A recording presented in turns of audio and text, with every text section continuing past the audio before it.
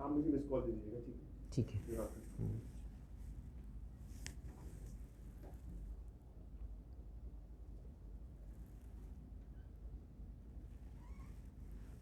اعوذ باللہ من الشیطان اللعین الرجیم. بسم اللہ الرحمن الرحیم.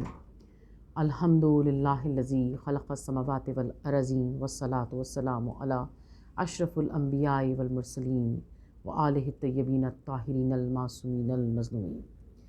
ناظرین اکرام، قائم ٹی وی کی خصوصی رمضان المبارک کی ٹرانسمیشن میں پروگرام تزکیہ نفس کے ساتھ میں ہوں ذاکرہ شہلا عباس.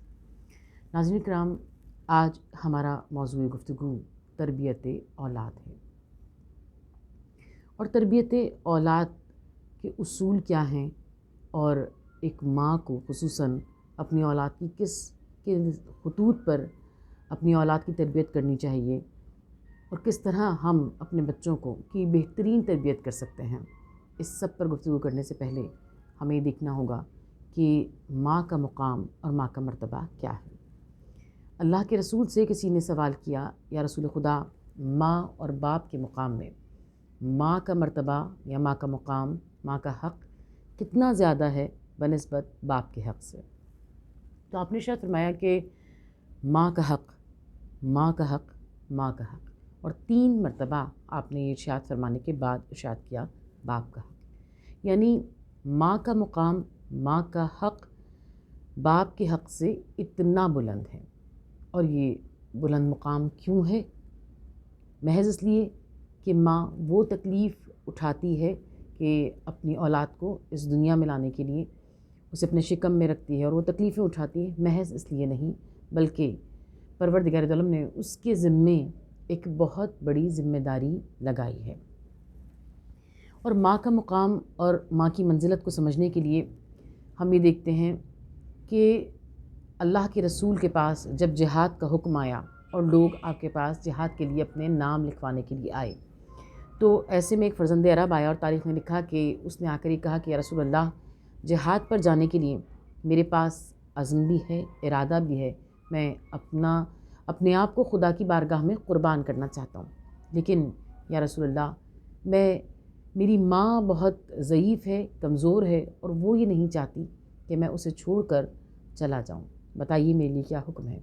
اللہ کے رسول نے ارشاد فرمایا کہ تم اپنی ماں کے پاس واپس پلٹ جاؤ اور اپنی ماں کی خدمت میں 1 رات جاگ کر بسر کرو. پروردگار عالم تمہیں جہاد کا ثواب گھر بیٹھے عطا کر دے گا. اللہ اکبر! کیا مقام اور کیا منزلت ہے! پروردگار عالم نے کتنا بڑا مقام عطا کیا ہے ماں کو. اور اسی لیے ارشاد رسول خدا صلی اللہ علیہ وسلم ہوا، الجنت و تحت اقدام الامہات، جنت ماؤں کے قدموں کے نیچے ہے.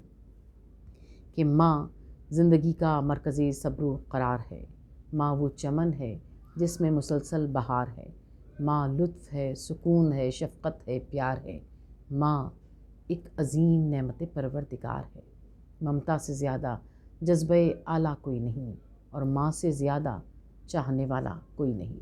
پھر ہم اللہ کے رسول کی زندگی میں ایسے بہت سے واقعات دیکھتے ہیں، اور وہ واقعہ جو بے انتہا مشہور ہے کہ جس میں اللہ کے رسول ایک مقام سے جا رہے تھے، اور آپ نے دیکھا کہ کچھ لوگ ایک گھر کے دروازے کے آگے ایک عالم بے قراری میں بار بار باہر نکلتے ہیں اور پھر بار بار اندر جاتے ہیں. معلوم ہو رہا ہے کہ لوگ بے چین ہیں. رحمت اللہ عالمین قریب آئے اور آپ نے بے قراری کا سبب پوچھا، تو لوگوں نے کہا کہ یہاں ایک شخص قریب المرگ ہے اور ہم چاہتے ہیں کہ ہم اسے کلمہ لا الہ الا اللہ دہروا دیں، لیکن باوجود کوشش کے ہم اس میں کامیاب نہیں ہوتے. اللہ کے رسول خود وہاں تشریف لائے، اور آپ نے چاہا کہ آپ اس کے لیے دعا کریں کہ خدا کی طرف سے حکم آیا، خدا کی طرف سے وحی آئی کہ اس کی ماں اس سے ناراض ہے، اور جب تک وہ اسے معاف نہیں کرے گی کسی کی دعا اس کے کام نہیں آ سکتی.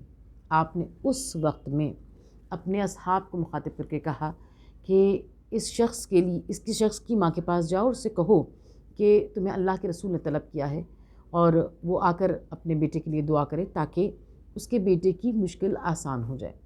ماں نے آنے سے انکار کیا تو اللہ کے رسول نے ارشاد فرمایا کہ اس شخص کے لیے باہر آگ لگائی جائے، لکڑیاں جمع کی جائیں، آگ لگائی جائے، اور اس کو زندہ جلتی ہوئی آگ میں ڈال دیا جائے.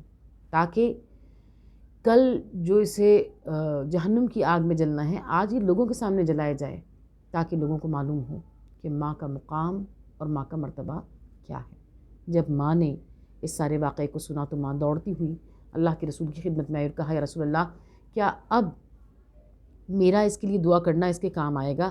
تو آپ نے ارشاد فرمایا کہ بے شک صرف تمہارا ہی دعا کرنا اور تمہارا ہی معاف کرنا اس کے کام آئے گا۔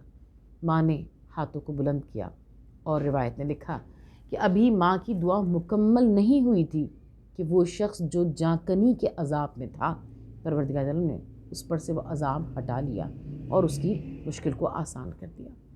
یہ ہے ماں کا مقام اور ماں کا مرتبہ، کہ ماں اگر معاف نہ کرے تو خدا بھی معاف نہیں کرتا۔ اور ماں کا یہ مقام، ماں کو یہ بلندی خدا نے کس لیے عطا کی؟ محض اس لیے نہیں کہ ماں اپنے بچے کو صاف ستھرا رکھتی ہے، ماں اپنے بچے کو کھلاتی پلاتی ہے، بلکہ اس لیے کہ ماں اپنی اولاد کو معاشرے کا ایک بہترین فرد بناتے ہیں۔ رسول خدا صلی اللہ علیہ وسلم کے پاس جب جہاد کا حکم آیا ہے اور لوگوں نے آ کر یعنی جہاد پر جانے کی تیاری کرنے لگے اور اللہ کے رسول جہاد کے فضائل بیان کر رہے ہیں، شہادت کا مقام اور مرتبہ بیان کر رہے ہیں، تو ایسے میں کچھ عورتیں، مدینے کی کچھ عورتیں وفد بنا کر رسول خدا کے پاس آئیں اور کہا، یا رسول اللہ، عورت پر جہاد ساقط ہے، پھر ہم شہادت کے مرتبے کو کیسے پا سکتے ہیں؟ آپ نے ارشاد فرمایا کہ جو شہید کا مقام ہے وہی اس کی ماں کا مقام ہے، کیونکہ مائیں کار انبیاء انجام دیتی ہیں۔ انبیاء گمراہ لوگوں کو، جو صراط مستقیم سے دور ہیں، ان لوگوں کو صراط مستقیم پر لے کر آتے ہیں، اور مائیں بھی یہی کام انجام دیتی ہیں۔ ماں صرف اپنی اولاد کو کھلاتی پلاتی نہیں ہے، بلکہ اسے ہر نوالے پر خدا کا شکر ادا کرنا سکھاتی ہے۔ ماں اپنی اولاد کو محض صاف ستھرا نہیں رکھتی، بلکہ اسے لقمہ حلال سے آشنا کرتی ہے، اسے بتاتی ہے کہ اس کی راہ اور ہے، اس کا راہبر اور ہے، اور اسے معاشرے کا ایک بہترین فرد بناتے ہیں۔ آج بھی اتنے ترقی یافتہ معاشرے میں بھی ہم ایسی آوازوں کو سنتے ہیں، یقیناً آپ لوگوں نے بھی سنا ہوگا کہ اکثر لوگ یہ بات کرتے ہیں کہ بیٹیوں کو پڑھانے سے آخر کیا فائدہ ہوگا، آخر تو انہیں چولہا چکی ہی کرنا ہے، آخر تو انہیں اولاد ہی پالنی ہے۔ بے شک اگر وہ کسی پروفیشنل اسٹڈیز کے بعد بھی کوئی کام یعنی کوئی پروفیشنل جاب نہیں کرتی، تب بھی ماں کا پڑھا لکھا ہونا، ماں کا تعلیم یافتہ ہونا، ماں کا باشعور ہونا کتنا ضروری ہے، کہ جس کے لیے کہا گیا کہ اگر ایک ماں بے پڑھی لکھی ہے اور اپنی اولاد کی تربیت کر رہی ہے تو گویا وہ ایسے ہی ہے جیسے ایک اندھی ماں اپنی اولاد کو راستہ نہیں دکھا سکتی، اسی طرح ایک بے پڑھی لکھی ماں، ایک غیر تعلیم یافتہ ماں، ایک بے شعور ماں اپنی اولاد کو معاشرے کے لیے بہترین فرد ہرگز نہیں بنا سکتی۔ نیپولین نے کہا تھا کہ تم مجھے ایک اچھی ماں دو، میں تمہیں ایک اچھی قوم دوں گا، یعنی ایک اچھی قوم کا دار و مدار، اس کی بنیاد ایک اچھی ماں پر ہے۔ اور اسی لیے ہمارے ہاں علماء اس بات کی بار بار تاکید کرتے ہیں کہ کیونکہ اللہ کے رسول نے ارشاد فرمایا کہ اطلب العلم فریضۃ علی کل المسلمین والمسلمات، علم حاصل کرنا ہر مسلمان مرد اور عورت پر فرض ہے۔ اس لیے دین اسلام میں خصوصاً ہمارے مسلک میں اس بات کی بہت زیادہ تاکید کی گئی ہے کہ ہم اپنی بیٹیوں کو دین اور دنیا کے علم سے اتنا مضبوط بنا دیں کہ وہ اپنے بچے کو معاشرے کا ایک بہترین فرد بنا سکیں۔ اور شیعان حیدر کرار کو ایک خاص مقام حاصل ہے کہ ہم اپنے بچوں کی جب تربیت کرتے ہیں تو ہماری نگاہوں کا محور و مرکز وہ ہستی ہوتی ہے کہ جو کائنات کا محور و مرکز ہے، یعنی آقا امام زمانہ اسلام کی ذات والا صفات کی۔ جب ہم ہماری آغوش میں بچہ آتا ہے تو ہم دعا کرتے ہیں، پروردگار یہ امام زمانہ علیہ السلام کا سپاہی بنے۔ یہ کیسے ممکن ہے کہ ہمارا بچہ امام کا سپاہی بنے؟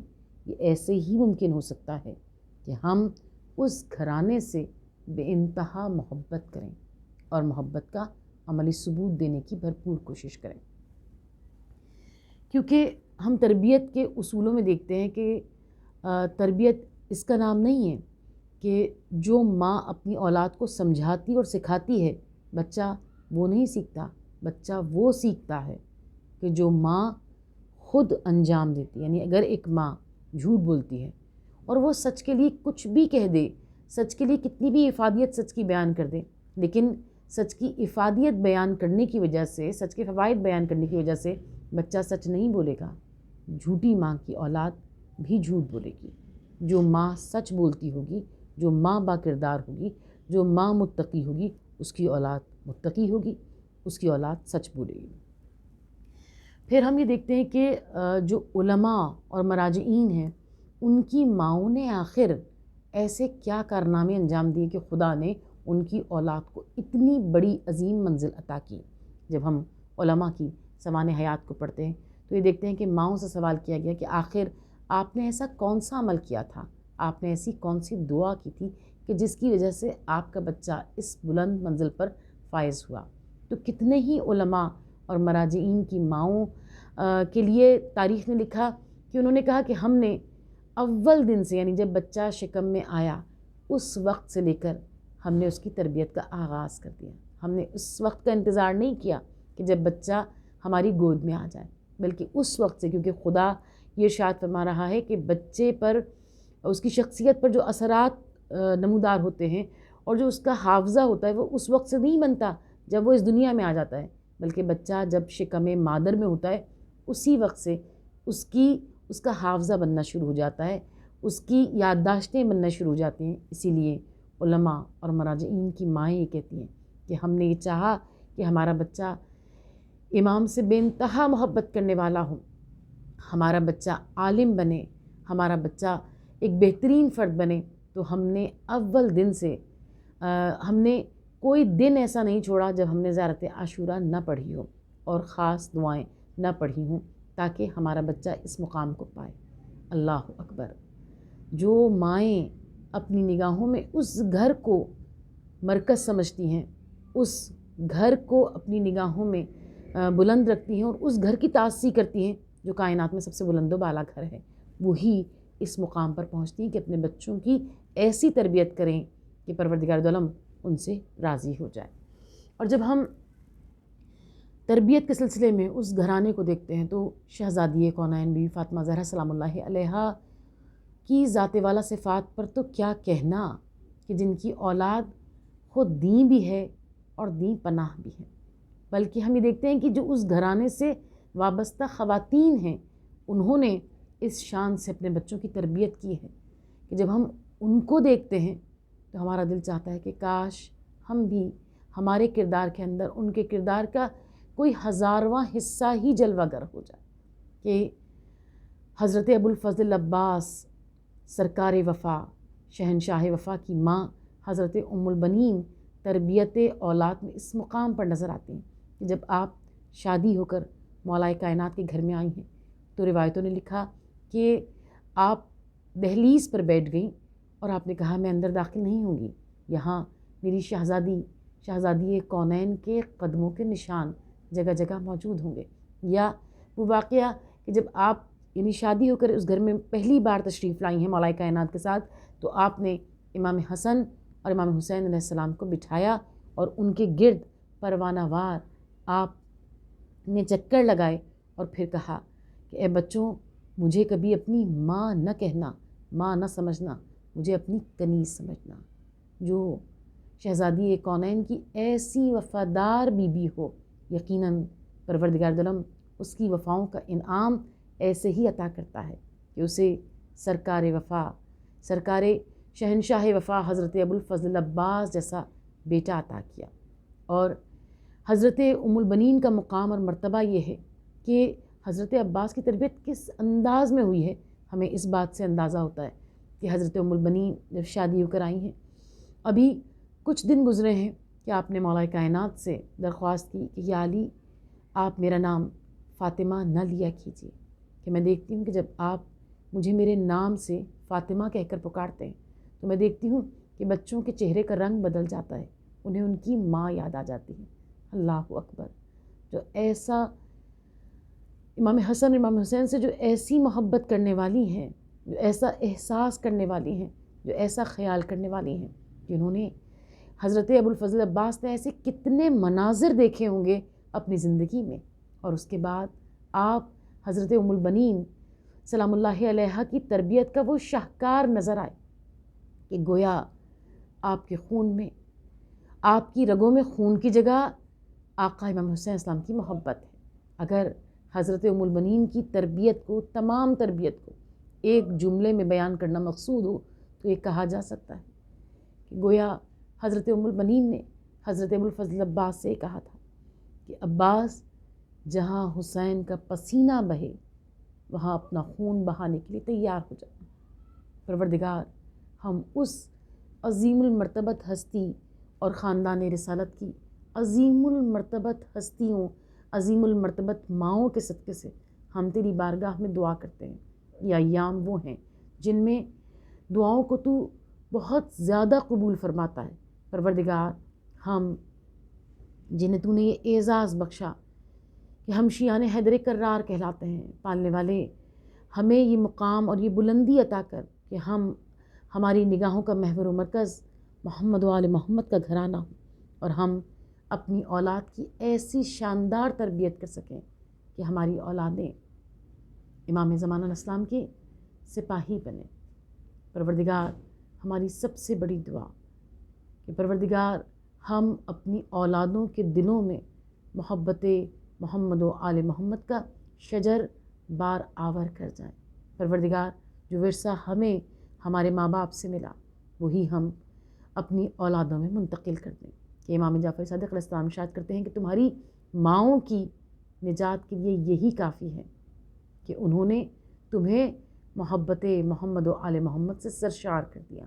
پروردگار، وہ ذمہ داری جو تو نے ماؤں کو عطا کی، پروردگار ہم اپنی اس ذمہ داری کو پورا کریں۔ پروردگار، محمد و آل محمد کا واسطہ ہماری سب سے بڑی دعا کہ ہمارے وقت کے امام آقا امام زمان علیہ السلام کے ظہور میں تعجیل فرما، اور ہمارا شمار ان کے منتظرین اور ان کے ناصرین میں فرما، اور ہمارے بیٹوں کو وہ مقام اور وہ بلندی عطا فرما کہ وہ امام زمان علیہ السلام کے سپاہی بن۔ الہیہ۔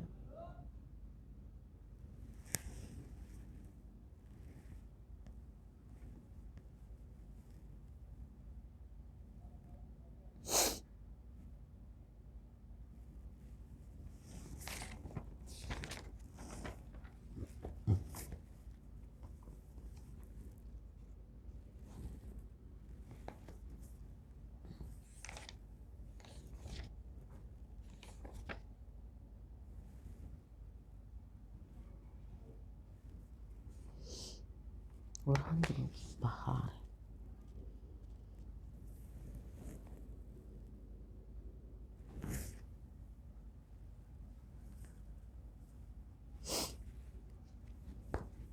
خالق نے حفظ حقیق کیے التزام دو، ایک مالک سخن کے ہیں طرز کلام دو، صحبائے نور ایک سرور ایک جام دو، قرآن و اہل بیت اگرچہ ہیں نام دو، لیکن مراد ایک ہے مقصود، خیرکم من تعلم القرآن وعلمہ۔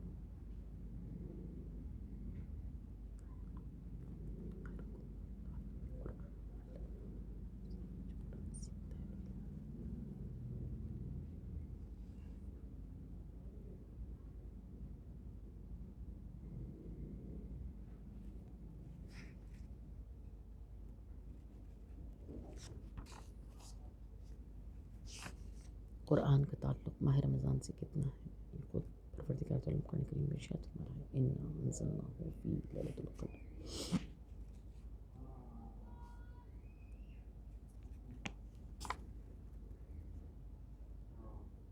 انا نقطہ تحت الباء۔